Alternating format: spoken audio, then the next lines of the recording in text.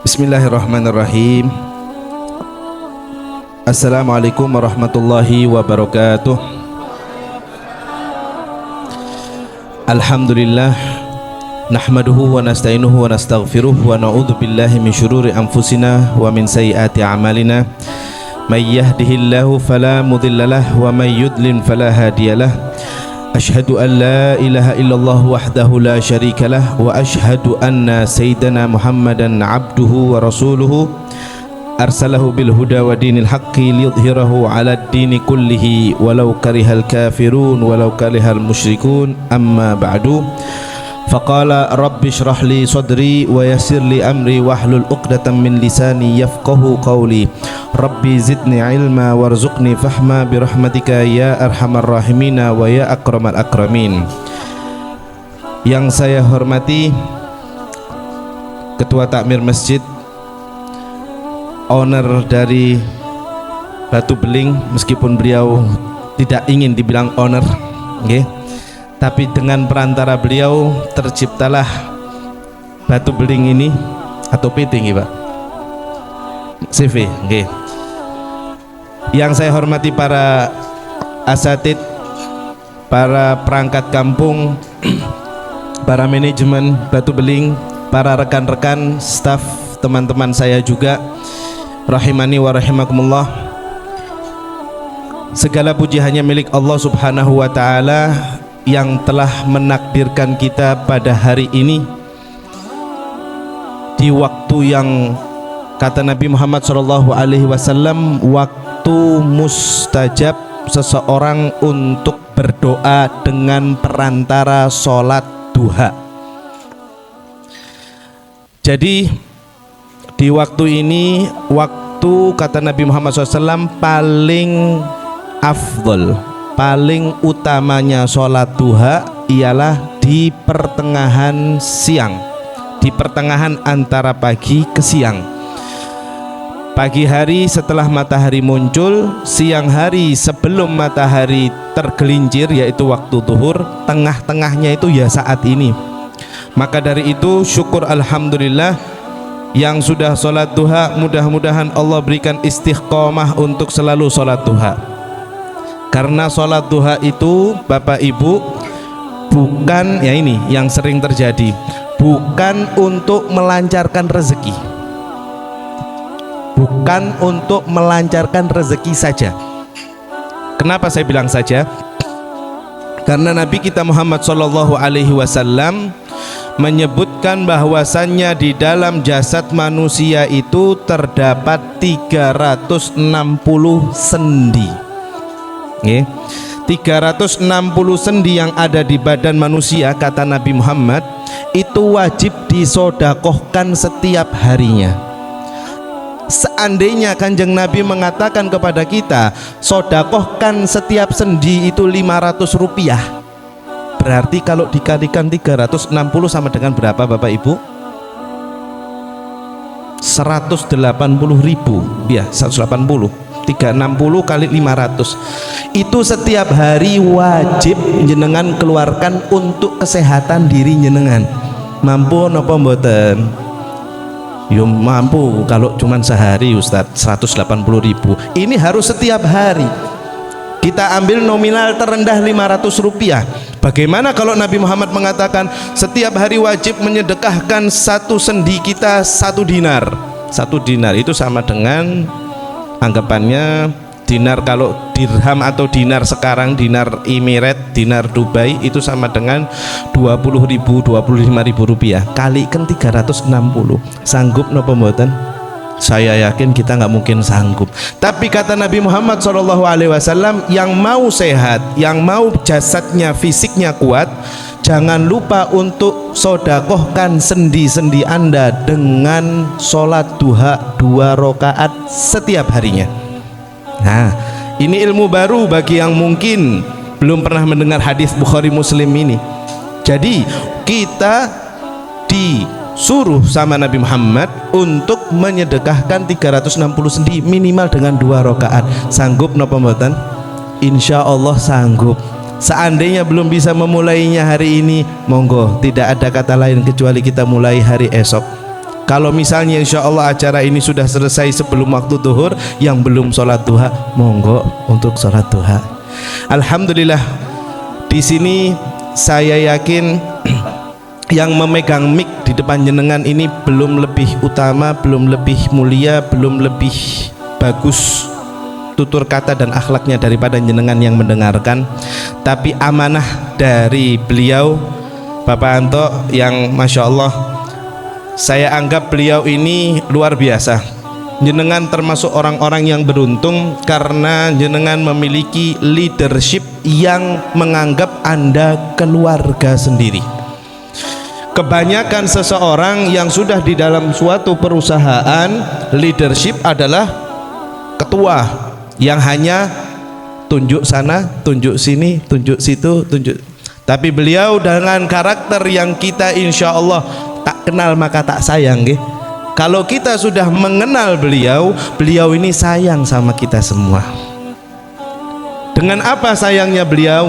Dengan agar kita bertafakkur, berpikir bahwasannya ini rupanya lelah kita mau dijadikan lillah dengan beliau.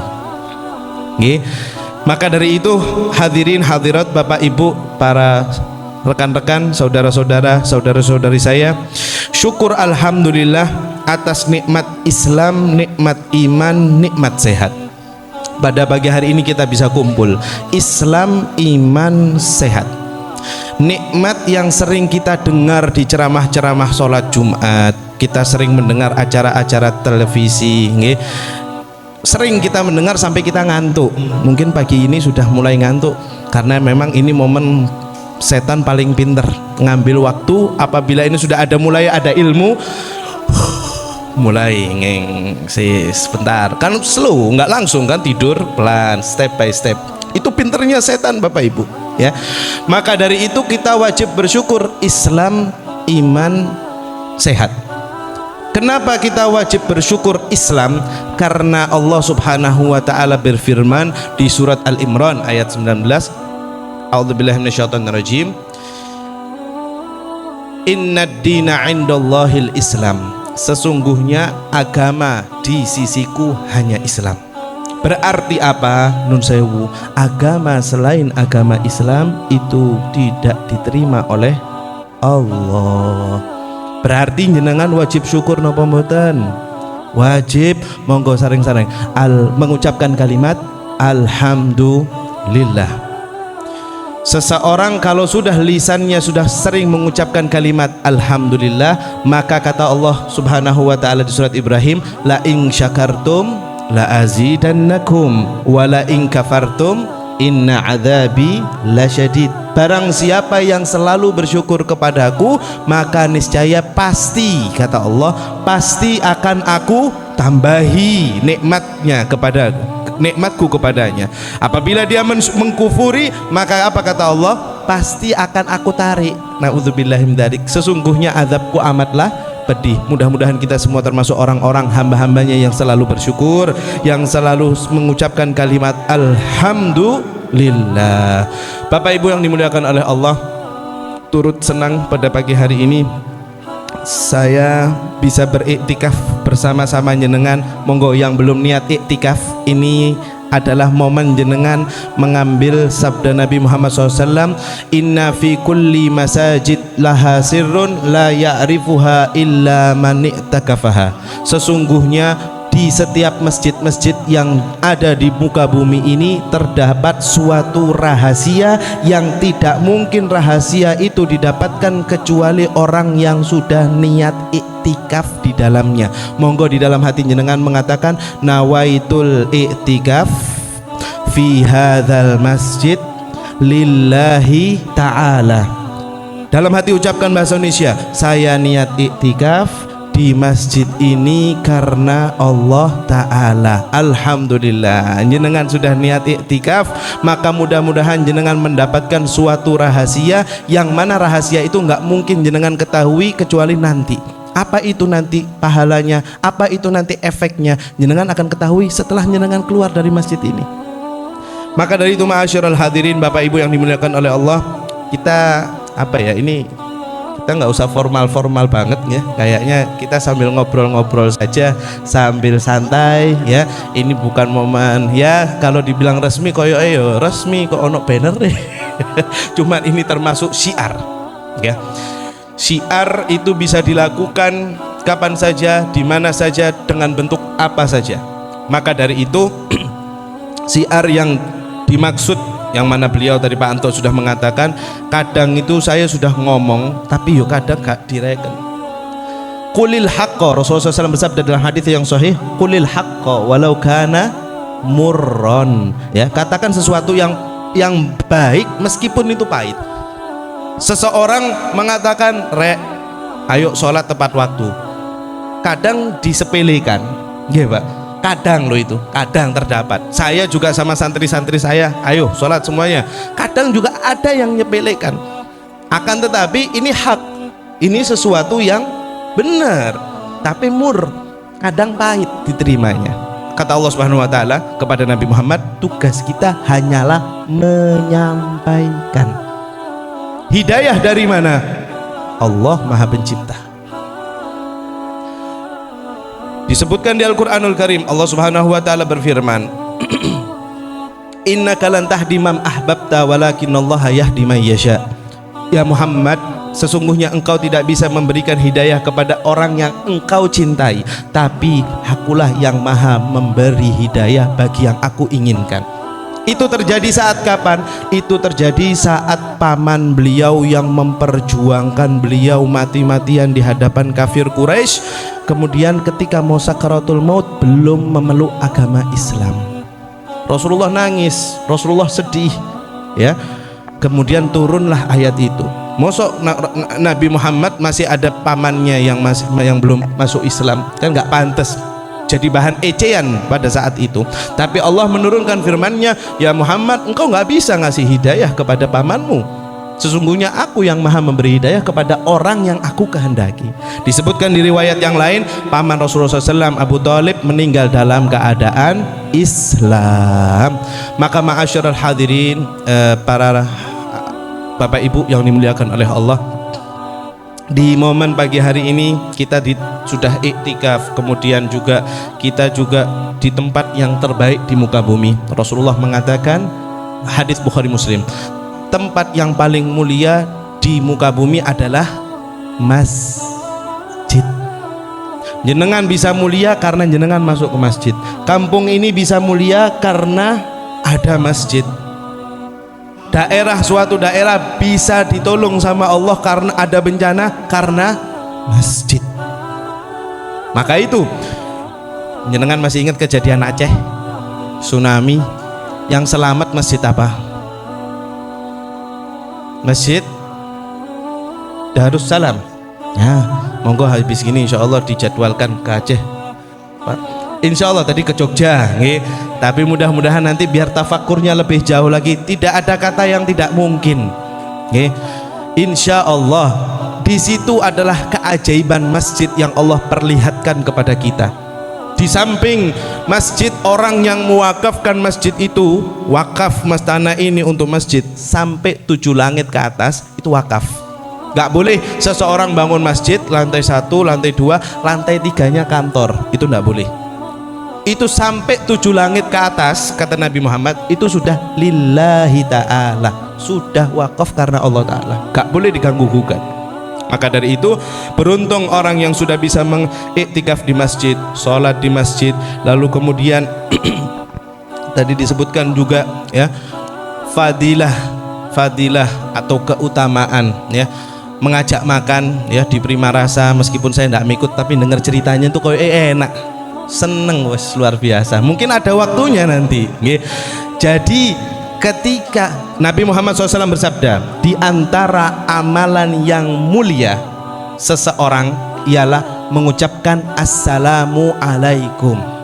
Yang barusan pulang umroh, jenengan ketika di Madinah masuk hotel, masuk lift, ada orang yang masuk mengucapkan salam, seneng ndak hatinya jenengan? Wong Mesir, wong di sembarang kalir pokoknya, seneng nggak? itu suatu rahasia seseorang yang mengucapkan assalamualaikum. Rasulullah bersabda, afshus salamu bainakum tahabbu, rawahul Bukhari wa Muslim. Sebarkanlah salam, niscaya kalian akan saling sayang menyayangi. Barusan beliau mengarahkan kepada tim manajemen atau tim mana tadi itu, marketing atau apa, kalau menyapa customer sekarang gunakan assalamualaikum. Niku kalau jenengan customernya muslim dan jenengan mengucapkan salam, insya Allah selalu gol. Itu ada suatu rahasia dari salam Bapak Ibu. Daripada jenengan ketika lewat di kampung, monggo amit, lebih baik mengucapkan salam. Meskipun orang itu benci kepada Anda ketika Anda keluar dari kampung, tapi ketika Anda mengucapkan salam, mengucapkan hukumnya bagaimana? Apa hukum mengucapkan salam? Sunnah. Menjawab salam wajib. Lah, sekarang kita mengucapkan salam assalamualaikum, orang yang jenengan lewati mencucu, gak mau jawab, mengkitik mencucu, wis pokoknya ya melaku. Sekali, dua kali nyenengan, tiga kali, lama-lama pasti terketuk hatinya untuk mengucapkan waalaikumsalam. Kalau sudah seseorang mengucapkan waalaikumsalam, berarti Allah sudah ketukkan hatinya. Allahu Akbar. Hidup kalau dengan sunnah Nabi Bapak Ibu pasti nikmat, pasti nikmat. Monggo jenengan yang ini bisa di share juga, yang baru pulang tanggal berapa itu pulangnya? Bulan lalu, bulan Oktober. Maka dari itu ma'asyiral hadirin, Bapak Ibu yang dimuliakan oleh Allah, beliau Pak Anto tadi mengatakan, ayo ramaikan masjid. Bukan ramaikan masjid dengan cara ngomong, ngobrol, bukan, tapi ramaikan masjid dengan atau dalam bentuk yang positif. Allahu Akbar, Allahu Akbar, adzan, berhenti kan? Tidak ada kegiatan, kemudian mulai bergegas untuk wudu, mendengar qomat Allahu Akbar, syahadu an la ilaha illallah. Seseorang yang meninggalkan segala aktivitasnya lalu dia menuju Allah untuk memanggil panggilan Allah, maka yang sudah dibuktikan oleh beliau, dan insya Allah jenengan sudah membuktikan, kalau sumpek pekerjaan numpuk, jenengan tinggal langsung untuk sholat pasti fresh. Bukan hanya fresh saja, bukan hanya clear masalah-masalah yang jenengan hadapi, akan tetapi jenengan akan mendapatkan fadilah yang sangat luar biasa. Apa itu? Rasulullah SAW bersabda, paling afdolnya sholat ialah fi awwali waktiha. Seseorang yang sholat di awal waktunya, rezekinya nanti lebih awal. Seseorang yang suka ngundur-ngundur sholat, rezekinya diundur-undur. Mau dibuktikan? Jangan dibuktikan. Rezeki itu sudah tertakar, tidak mungkin tertukar. Itu sudah prinsip hidup.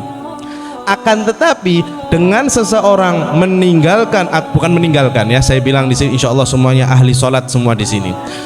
Cuman belum ahli sholat di awal waktunya. Saya yakin, tapi jenengan semuanya orang-orang yang mukmin, yang muslim, yang beriman kepada Allah, yang sholat tepat waktunya. Jadi seseorang yang mengundur-undur sholatnya, ya, maka rezekinya bakal keundur-undur. Itu kata para ulama. Maka dari itu di momen ini juga ya, hisab dari kegalauan owner dari Batu Beling ya, itu khawatir hisabnya nanti di hari kiamat. Tadi yang beliau sampaikan, hisab ya, perhitungan, sudah menciptakan perusahaan, lalu kemudian dengan sedemikian rupa harta agar menjadi semuanya halal ya. Akan tetapi sayang sekali kalau ada di antara kita yang kadang itu dia, kita ini lebih suka memakai uang yang tidak ada di kantong kita. Nggih napa mboten? Apa itu? Make uang di luar kantong kita. Hutang. Kita suka make uang di luar kantong kita. Untuk apa? Untuk memenuhi gaya hidup. Allah menciptakan kita untuk hidup, bukan untuk menciptakan kita untuk gaya hidup. Kita berjuang mati-matian bekerja, tapi untuk memenuhi pengen beli boba. Napa niku boba? Sing kamerane telu, nggih. Bos pokoke gak iso aku harus. Nah nggih, saiki wis metu 14 Pro, ono sing Pro Max, ono sing Pro Mini, ono sing Pro apa? Ya ndak. Pokoknya harus niku gaya hidup apa kebutuhan. Jadi apabila seseorang sudah ingin memenuhi gaya hidup, pasti kebanyakan gak keturutannya. Wis tah, bakar kacau keuangannya. Demi iPhone 14 Pro Max atau yang harganya seharga sepeda motor ya, yang Pro Max itu yang memorinya sekian, wah update terus, ya anjene harus update ya masalah seperti itu. Atau sepeda motor yang beliau katakan ini yang Pak Anto tadi bilang sepeda motor harga 14 juta tapi dengan 3 tahun bisa berubah menjadi 2 kali lipat bahkan 3 kali lipat kalau ngambil cicilannya 3 tahun. Sing bodoh iki sing ngedol apa sing tuku? Yang beli ya. Maka dari itu seseorang yang suka memakai uang di luar kantongnya, maka hidupnya pasti galau, pasti. Nggih, monggo evaluasi ya. Jangan terlalu tinggi Ustadz, kok kok pakai iPhone sekian atau NMAX, PCX dan lain sebagainya. Jenengan di warung aja nggih digiras 1 gelas teh. Kalau jenengan menggunakan bon, ya niku itu sudah membiasakan diri dengan apa? Dengan memakai uang di luar kantong. Benahi dari hal-hal yang sepele aja dulu. Jangan terlalu tinggi iPhone dan lain sebagainya nih. Kalau kita sudah terbiasa dengan hidup ini ada uang 5.000 kembalian selesai, itu jenengan lega, enak, tidak punya utang. Perlu diperhatikan saudara-saudaraku, seseorang yang ketika meninggal dunia masih memiliki hutang piutang, mobil khusus hutang tanpa piutang ya, disebutkan di riwayat yang sahih, dia kata Rasulullah SAW rawahu Ahmad insyaallah hadisnya, dia akan meninggal ngawang di dalam kuburnya. Maksudnya apa? Bumi tidak mau nerima, langit nggak mau nerima, ngambang ngawang nyawanya. Sampai kapan? Sampai lunas hutangnya. Loh, padahal ketika itu saya punya kerabat ketika dulu masa hidupnya punya hutang sama saya, tak lihat tapi tetap aja dipendem, yo masih bisa Ustadz, masih setara dengan tanah. Nggih, niku jasadnya, ruhnya tidak mungkin. Sampai kapan? Sampai dia melunasi hutangnya, atau ahli warisnya melunasi hutangnya, atau yang punya hutang ikhlas. Makanya ketika seseorang meninggal dunia, ahli waris mengatakan barang siapa yang punya hutang piutang mohon menghubungi anaknya, mohon menghubungi begini. Itu bukan formalitas, itu kewajiban. Karena apa? Hati Bukhari Muslim, berhati-hatilah kalian masuk ke neraka gara-gara 1 biji kurma. Apa maksudnya? Dia hidupnya luar biasa, selalu taat tanpa hal-hal yang dia mengecewakan Allah, tapi cuman gara-gara ngambil kurma bukan miliknya alias subhat, bukan haram nih. Jenengan beliau Pak Anto tadi bilang masalah subhat.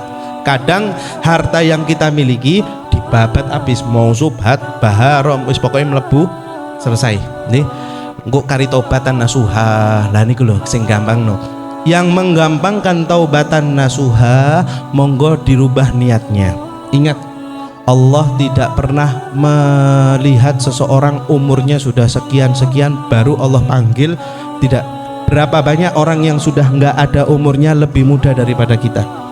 Nggih, kemarin dulu ada kecelakaan di daerah Kenjeran juga di sini, masih anak SMP. Nggih, sebelumnya juga ada masih anak SMA. Nggih. Jadi jangan pernah panjenengan menunda-nunda taubat. Loh, kalau sudah kadung pripun Ustaz? Kalau saya sudah ngambil harta subhat, sudah masuk ke daging saya, sudah masuk ke darah daging saya. Kata Nabi Muhammad SAW, barang siapa yang mengambil harta yang bukan miliknya, bukan haram saja, subhat, kemudian menjadi darah dagingnya, ketika anaknya darah dagingnya itu tumbuh tambah besar, besarnya suka makan yang haram. Naudzubillah, tsumma naudzubillah. dan terus keturunan itu akan kotor hingga kapan? Hingga hari kiamat. Fa na'udzubillahi min dzalik. Lah terus pripun Ustaz caranya? Apakah dengan tobat saja cukup? Tidak cukup. Caranya Anda mengganti harta yang Anda telan itu kepada orangnya, ya. Atau ada hal-hal yang mungkin Anda, nah ini Mas, kita semua Bapak Ibu pasti memiliki masa lalu. Ingat, jangan pernah buka aib Anda kepada orang-orang sekitar Anda. Jenengan yang suami pasti punya aib, pasti punya sesuatu hal yang kotor masa lalu. Jenengan seorang istri pasti punya hal yang mungkin kotor ketika masa lalu.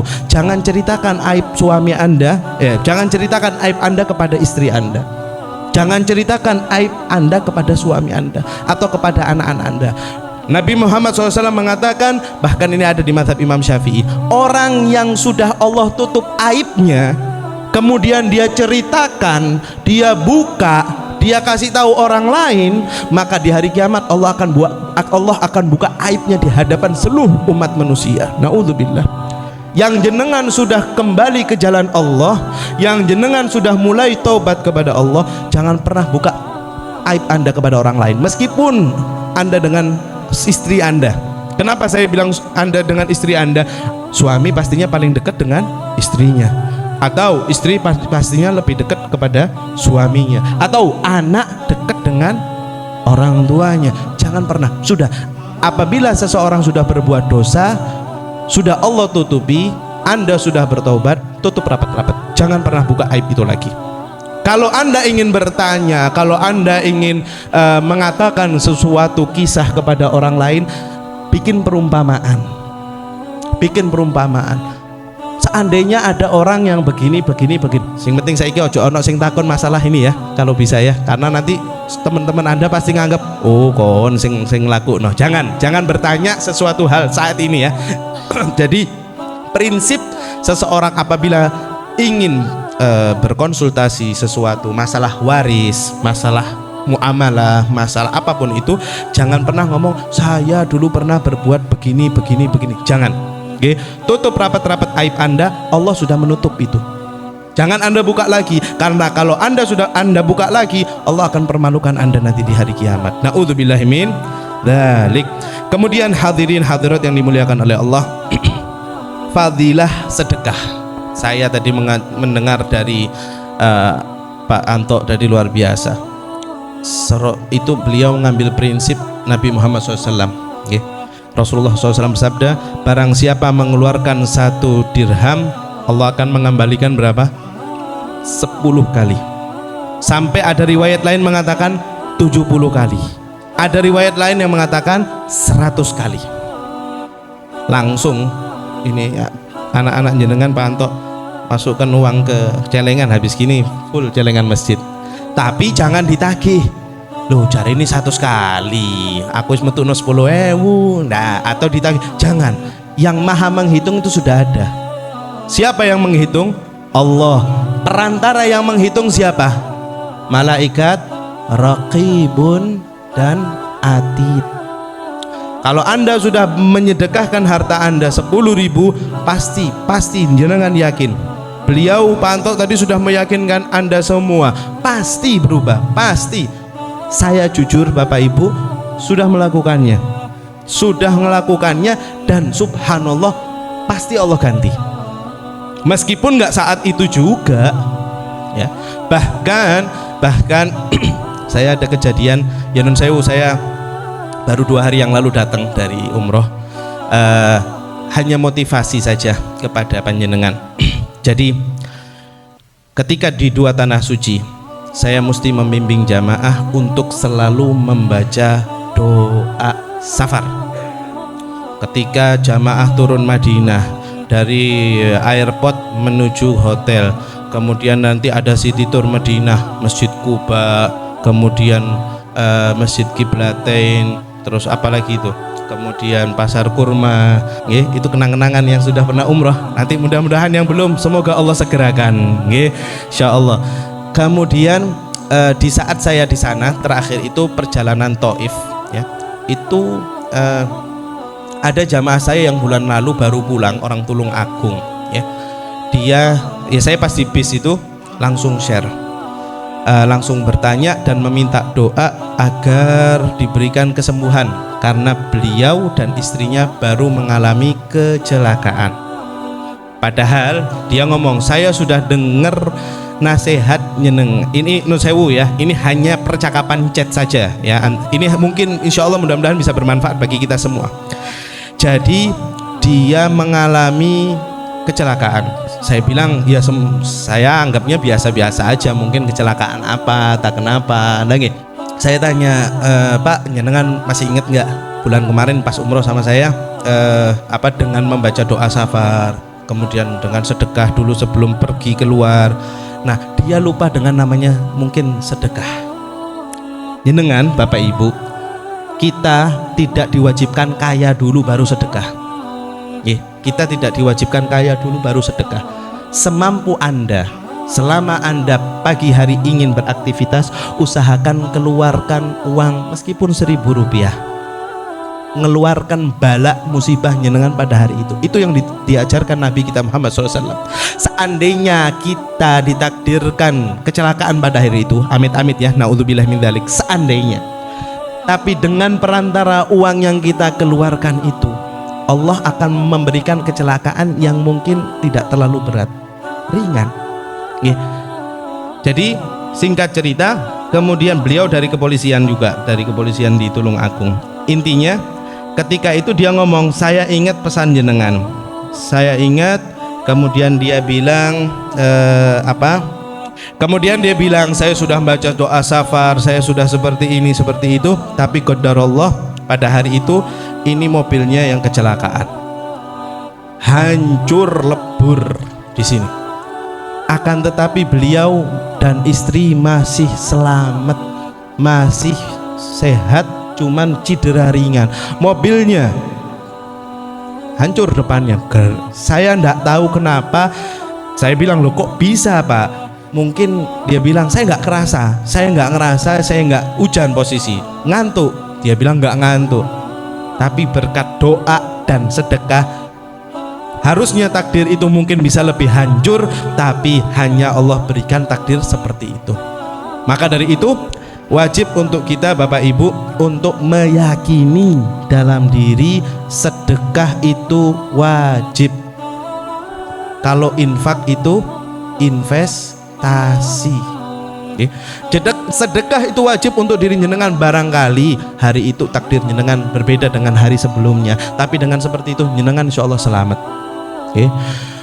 Sedekah untuk diri sendiri, apa tadi? Sendi-sendi badan yang mau sehat, asam urat hilang. Napa iku?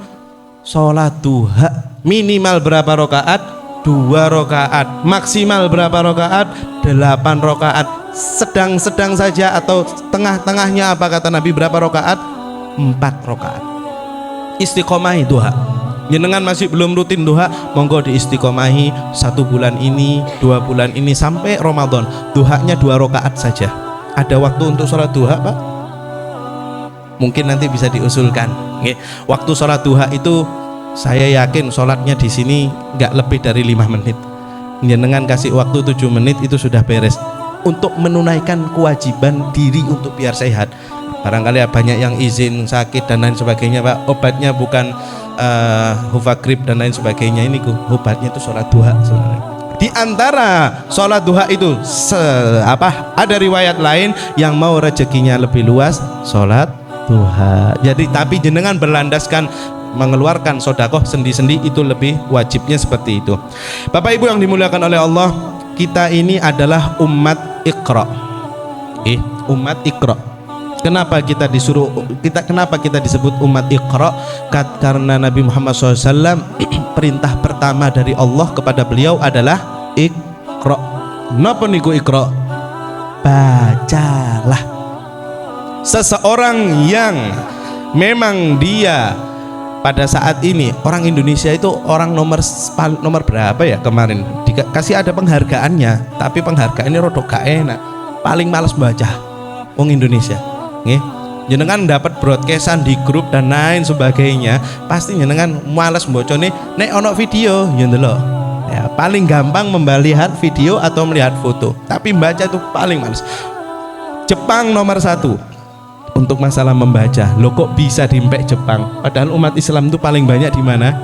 Di Indonesia, ya. Maka dari itu Bapak Ibu yang dimuliakan oleh Allah, rekan-rekanku semua, kita sebagai umat Iqra wajib setiap hari membaca sesuatu. Wabil khusus seperti yang sudah dituliskan dalam tema pada pagi hari ini, noto iman. Kita sering merasa aman pada iman kita. Ini hati-hati. Sering seseorang sudah melakukan duha, sodako, merasa dirinya paling aman. Ini warning Bapak Ibu. Jangan pernah Anda merasa aman atas iman Anda. Karena Rasulullah Shallallahu Alaihi Wasallam bersabda di dalam hadisnya yang sahih yang diriwayatkan oleh Imam Muslim dan Imam Ahmad, innamal a'malu bil khawatim. Sesungguhnya amal seseorang itu dilihat pada akhir hayatnya. Kenapa? Disebutkan di hadis yang panjang sekali. Intinya ada sahabat yang selalu ikut berperang sama Nabi Muhammad SAW. Akan tetapi Nabi Muhammad mengatakan kepada sahabat yang lain, apakah kalian mau melihat orang ahli neraka? Lalu sahabat bertanya-tanya, siapa ahli neraka? Apakah kafir Quraisy yang kita penggal ya Rasulullah? Kata Rasulullah, tidak. Lihat itu. Siapa yang Rasulullah tunjuk? Yang Rasulullah tunjuk adalah sahabatnya sendiri. Yang mana sahabat mengatakan, ya Rasulullah, sesungguhnya beliau ikut berperang dengan kita. Mengapa engkau mengatakan dia su'ul khatimah atau ahli neraka? Kata Rasulullah SAW, dia berkhianat. Meskipun dia sering ikut perang sama Nabi, meskipun dia sudah ikut di belakang Nabi ketika peperangan, tapi bisa menjadi orang ahli neraka. Na'udzubillah tsumma na'udzubillah. Karena beliau mengatakan dia kena libas atau kena apa itu? Kena pedangnya musuh, merasa sakit, tiba-tiba dia bunuh diri, meninggal. Orang menyangka dia meninggalnya syahid, meninggalnya husnul khatimah, tapi Nabi Muhammad mengatakan orang yang bunuh diri meskipun sudah jaminan sahabat itu semua masuk surga, kata Nabi Muhammad itu ahli neraka. Ini hadisnya sahih Bukhari Muslim, hadisnya panjang sekali. Kenapa? Karena dia berbuat perbuatan sebelum akhir hayatnya, dia bunuh dirinya sendiri. Nah sekarang ini juga terjadi Bapak Ibu. Udah nggak ini lagi, sudah menjadi hal yang biasa, terikat pinjol, apa mboten? Yang dia melemparkan dirinya dari gedung sekian jatuh, ya.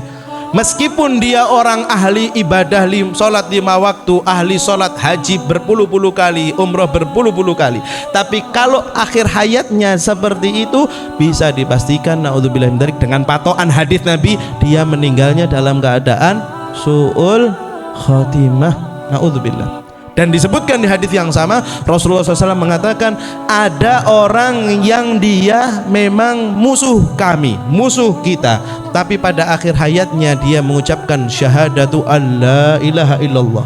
Kemudian dia meninggal meskipun dia belum sholat, jadi baru ketika perang bersama Nabi Muhammad, dia ini kubu musuh, dia ini sudah mau membunuh Nabi Muhammad, tapi melihat cahaya wajah Nabi Muhammad, gak tega mau membunuh Nabi Muhammad, lepas pedang, aku mau masuk Islam. Langsung terenyuh hatinya ketika melihat wajah Nabi Muhammad, kemudian mengucapkan syahadat, gak lama meninggal pada saat itu. Belum sholat baru syahadat, kena pedang musuh, kena pedang orang-orang ketika peperangan. Kata Nabi Muhammad, lihatlah itu ahlil jannah.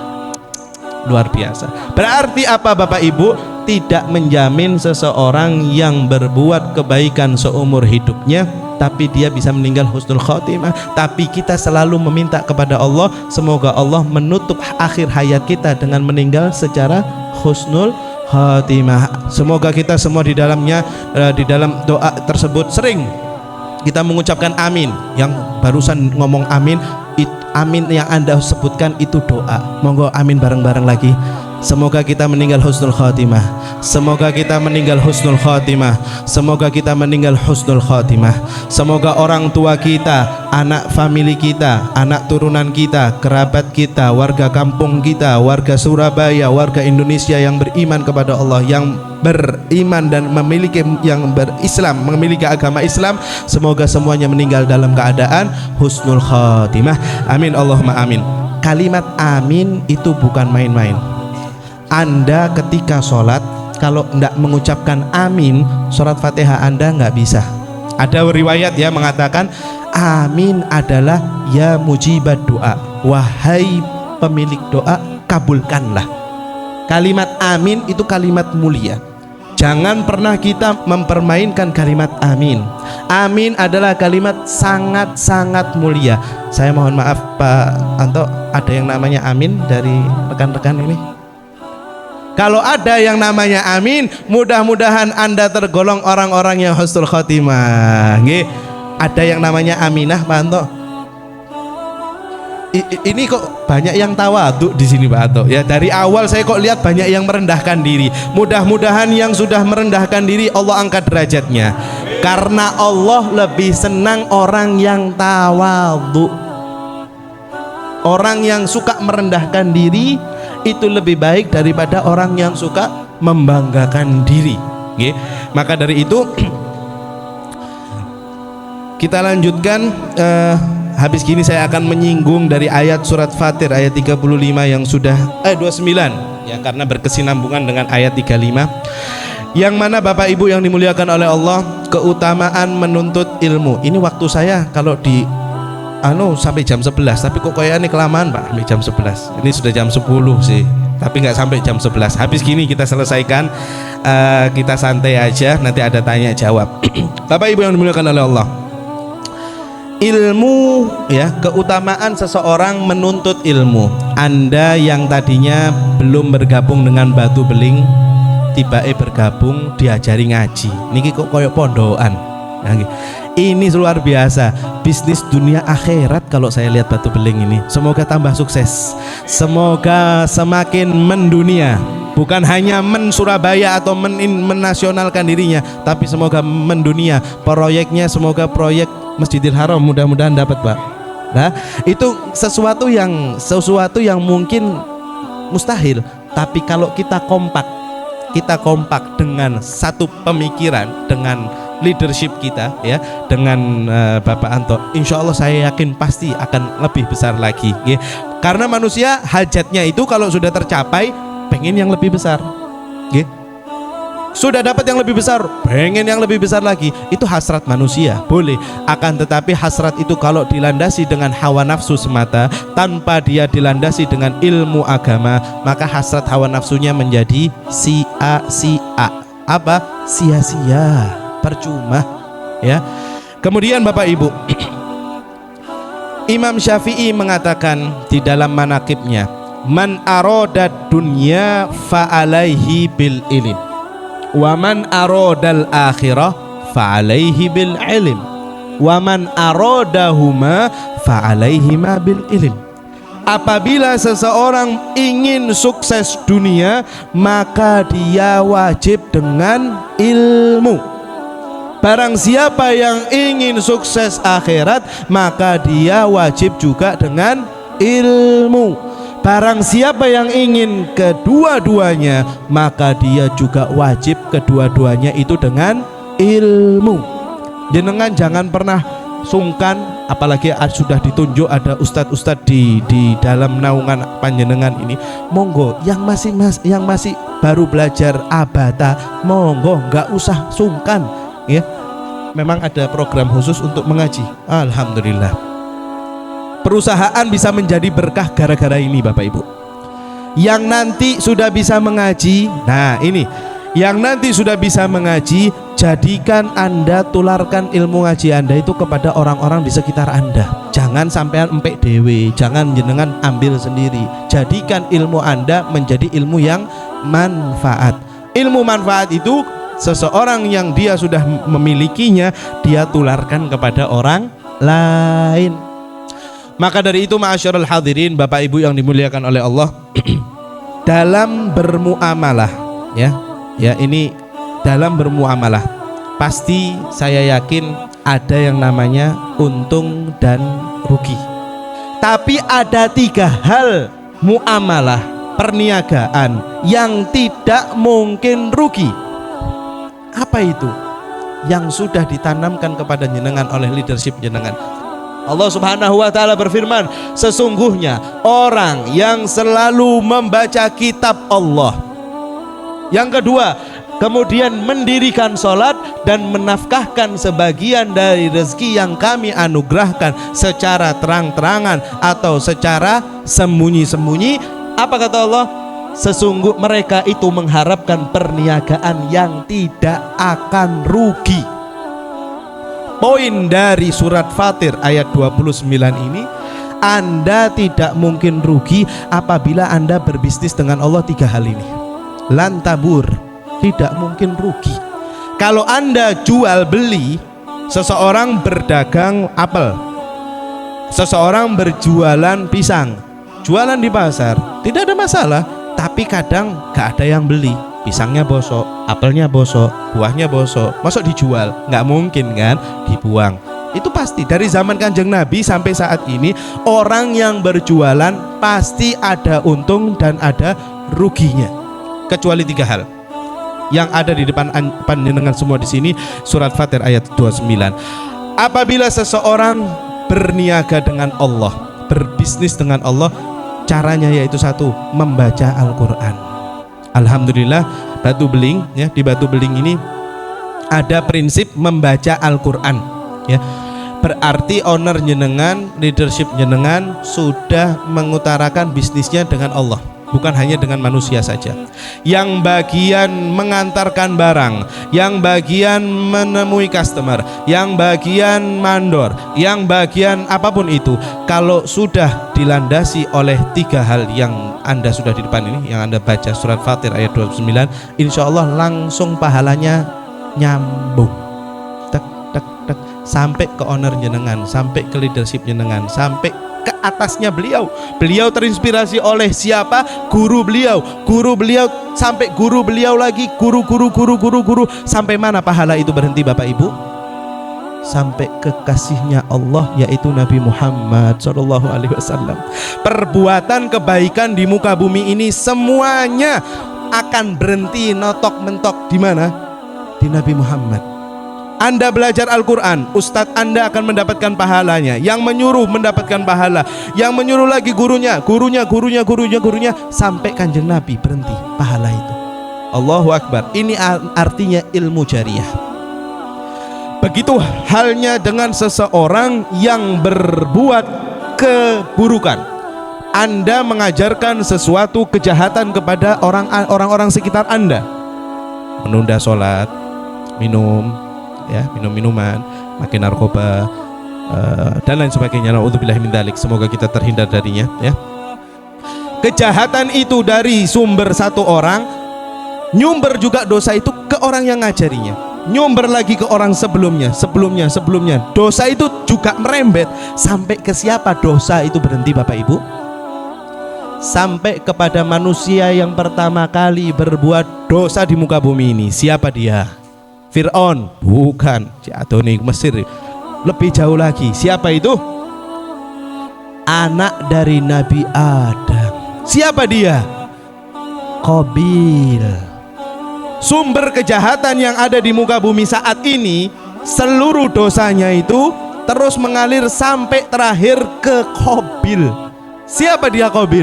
Qabil adalah anak Nabi Adam. Dia membunuh saudaranya sendiri yang bernama Habil. Na'udzubillah. Jenengan mau jadi golongan Nabi Muhammad atau golongan Qabil? Pastinya semua ingin menjadi golongan Nabi Muhammad SAW. Orang yang berbuat kejahatan, nun sewu, di ilmu fikih disebutkan Bapak Ibu, kita nggak jual bir, ya, kita hanya perantara order saja bir. Yang ngangkut bukan kita cuma nyatet. Kata Nabi Muhammad SAW, yang mengangkut bir, meskipun dia nggak minum bir, ya, yang mencatat keuntungan atau mencatat jumlah stok birnya siapa bla bla bla bla sampai ke pemilik birnya, kata Nabi Muhammad, semuanya dosa. Semuanya berdosa meskipun seseorang tersebut tidak minum bir. Begitu juga Anda di perusahaan ini. Apabila Anda melakukan kebaikan, semuanya akan turun, semuanya akan naik pahalanya. Jadi amal jariah bukan ke beliau saja, bukan kepada guru-guru panjenengan yang ada di sini atau warga masyarakat yang ada di kampung ini, sampai ke guru-guru jenengan, guru-guru sampai masyayikh, sampai atas, sampai Nabi Muhammad. Allahumma shalli ala Muhammad. Itulah indahnya Islam, Bapak Ibu. Allah Maha Adil.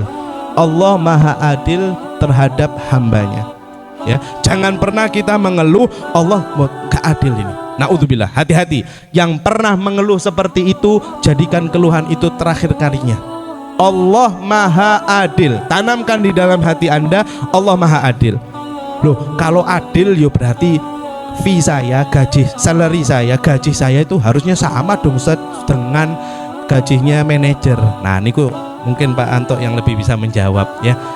Adil itu tidak bisa sama, Bapak Ibu. Adilnya Anda dengan anak-anak Anda itu nggak bisa sama. Anda adil belikan kakaknya, anak pertama, kedua, ketiga, keempat. Anda adil belikan mainan mobil-mobilan. Apakah Anda harus empat-empatnya mobil-mobilan? Sedangkan kedua anak Anda yang lain adalah putri, ketiga anak lain putri. Nggak adil dan yang putra pengennya mobil-mobilan, yang putri pengennya boneka. Adil itu nggak harus sama, Bapak Ibu. Yang dicari adalah keberkahan.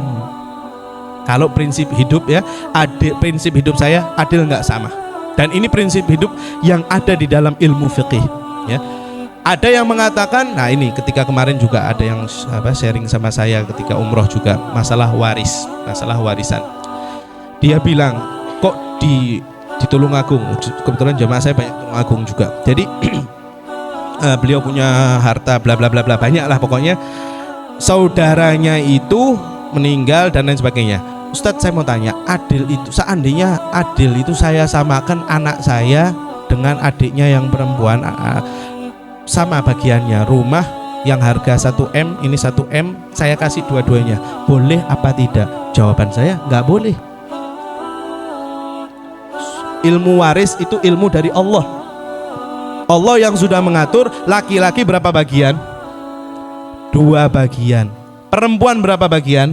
1 bagian. Dari sini saja lo sudah kelihatan. Masa Anda mau mengatakan Allah nggak adil? Naudzubillah.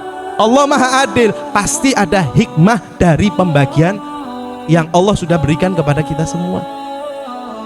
Maka dari itu Bapak Ibu yang dimuliakan oleh Allah, di dalam perniagaan yang disebutkan tadi, Allah mengatakan orang yang pengen selalu beruntung ialah membaca kitab Allah. Monggo diistiqomahi baca Al-Qur'annya.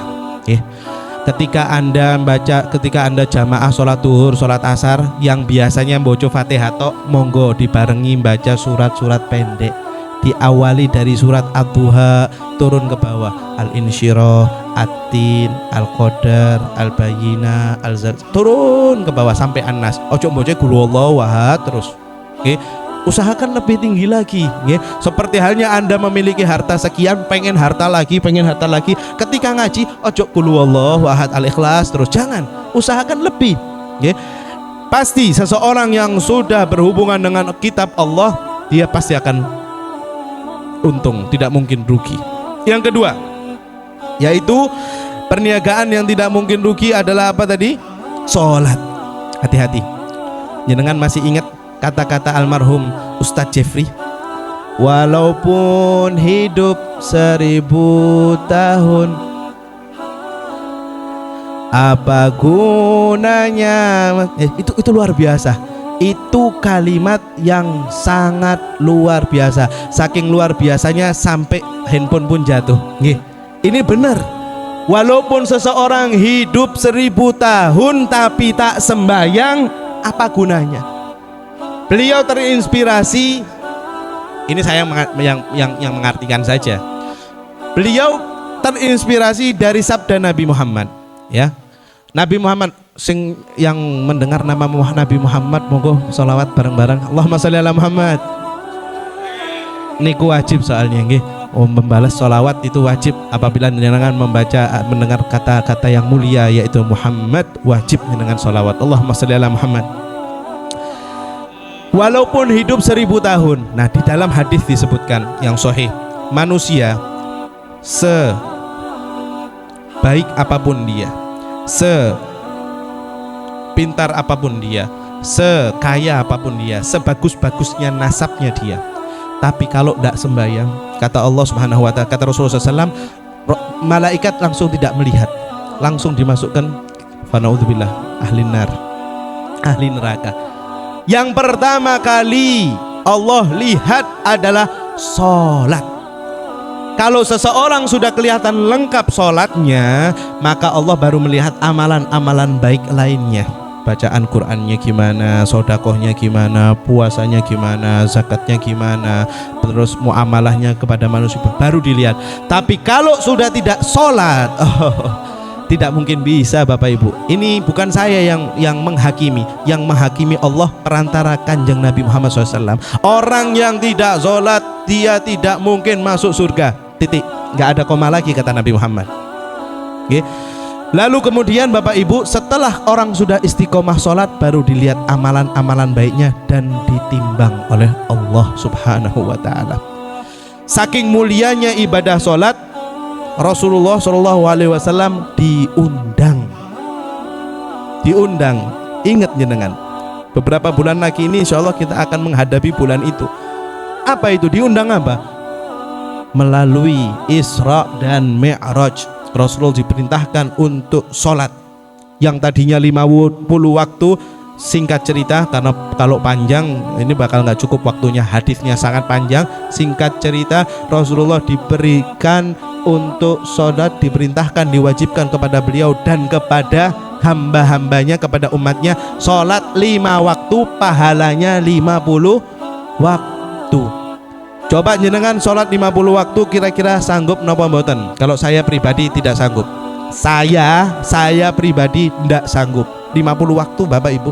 Tapi karena sayangnya Kanjeng Nabi kepada kita, sholat 5 waktu pahalanya sama dengan sholat 50 waktu. Insya Allah kita akan membahas di lain waktu untuk masalah sholat. Okay?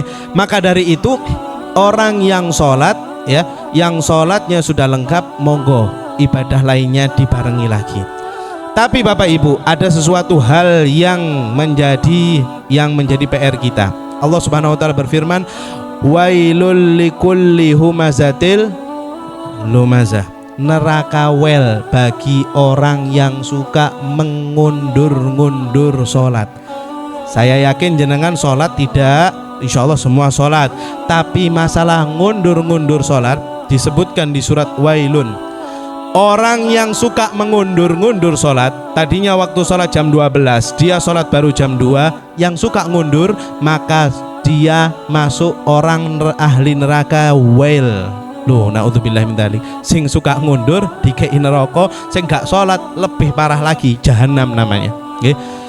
Begitu juga dengan pahala atau dengan surga. Surga itu ada macam-macam Bapak Ibu. Surga ada namanya surga Firdaus paling tinggi. Kemudian nama-nama surga lainnya, ada surga Ar-Rayyan bagi orang yang suka puasa, ada surga yang bagi yang suka neraktir makan, itu surganya khusus lagi, dan lain sebagainya. Itu insya Allah kita akan bahas di lain waktu di masalah surga dan neraka. Akan tetapi di surat surat Fatir, yang orang kalau pengen sukses yaitu selalu istiqomah baca Al-Quran dan maknanya. Saya dapat Al-Quran dari Pak Anto 3 tahun lalu sebelum Covid, kalau nggak salah 2018 2019, setelah saya kenal, saya dapat Al-Quran Almas nih. Di situ apabila seseorang setiap maghrib baca 1 ayat tapi dengan terjemahan, itu lebih baik daripada jenengan baca 1 Al-Quran dalam 1 hari.